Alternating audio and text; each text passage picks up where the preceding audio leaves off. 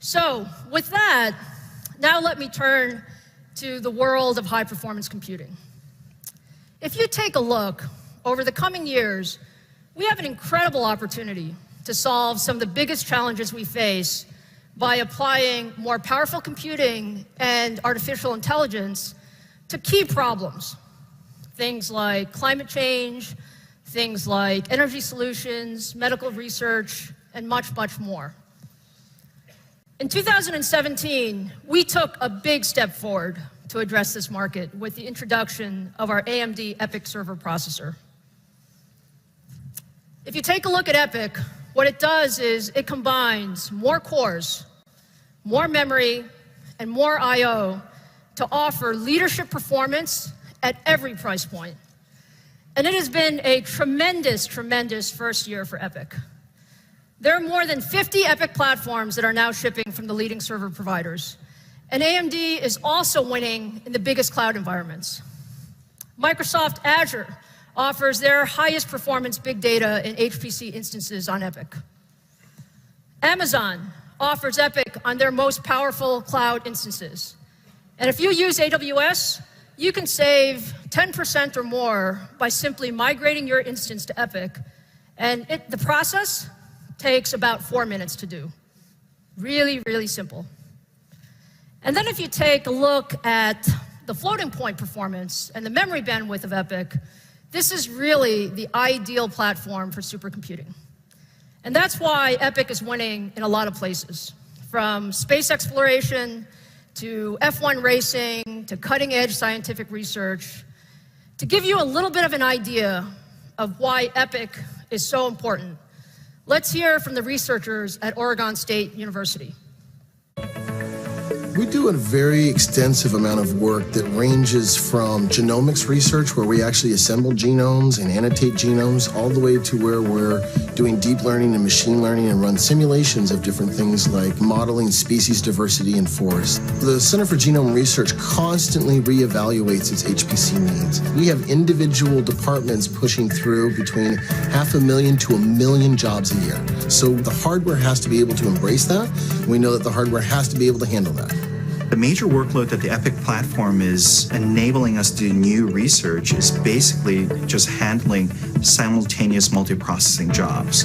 It's the thread count that really matters.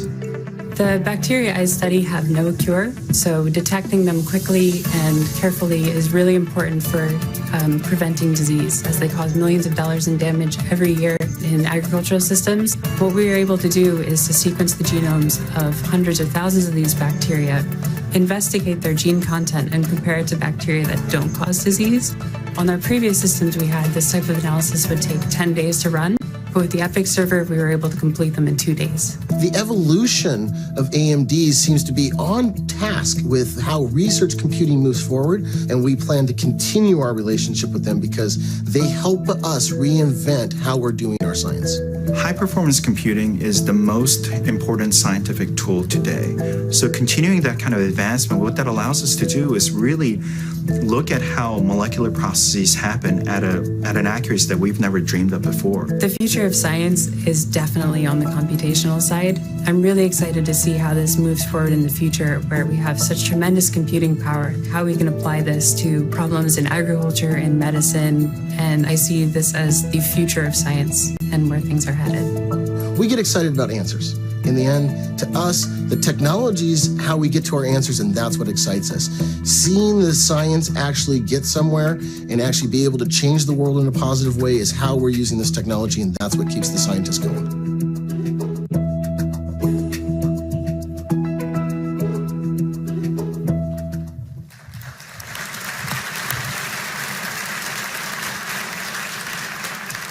So those are pretty significant gains you're seeing in performance from OSU with Epyc, but it's clear they can use much, much more computing. So in 2019, that's exactly what we're going to do with the next generation Epyc processor. Second gen Epyc is powered by our new Zen 2 processor core and built using the world's most advanced 7nm manufacturing technology.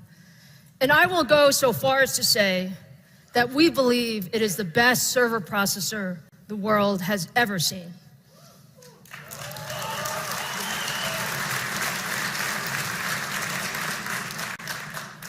are seeing incredible performance gains compared to the current generation Epyc.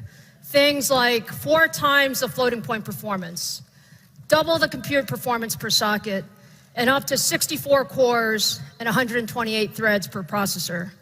And we use the same socket and the same platform as the current generation, which actually makes upgrading really easy. So all of these inflection points really create server performance in 2019 beyond what we've seen before. So if you just take a look at the annual trend line, second generation Epyc sits way above the line. It's a big leap in server performance from the past few years. And to really see how this performance translates into real-world improvements, let's take a look at a demo. We're going to show you, this is a popular scientific application called AMD. AMD is a high-performance simulator used by scientific researchers to study highly complex molecular systems. And one of the reasons AMD is so popular and powerful is that it's very, very scalable.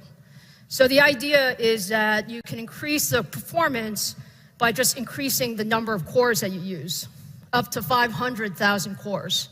So to demonstrate the power of our next generation Epyc, I'm going to show you a demo. And what the demo is it's a single early version of Epyc processor compared to 2 of our competitors' highest-end Xeon Platinum 8180 processors. And it really just shows you the difference. So let's take a look at the demo. So what you're seeing on the screen is an incredibly complex simulation, and it's really the atomic movement and combination of a common HDL protein component.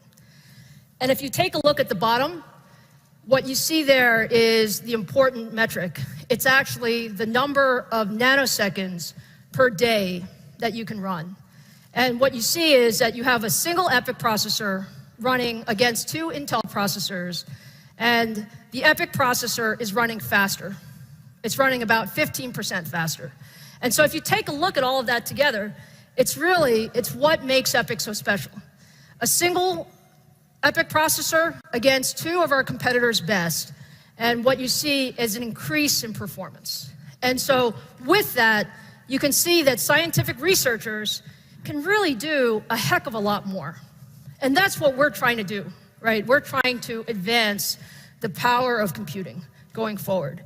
So I know a lot of people are wondering what actually a dual socket Epyc will look like, and we're going to talk about that very soon. So I'm very happy to announce today that the second generation AMD Epyc processor is absolutely on track, and we will start shipping in the middle of 2019.